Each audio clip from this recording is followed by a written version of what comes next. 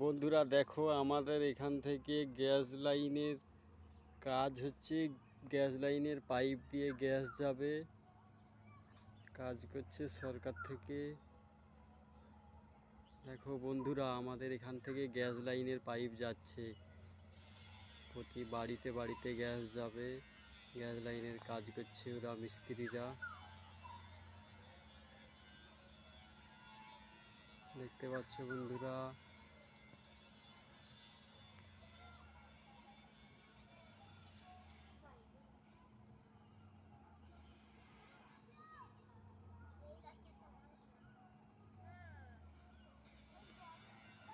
বন্ধুরা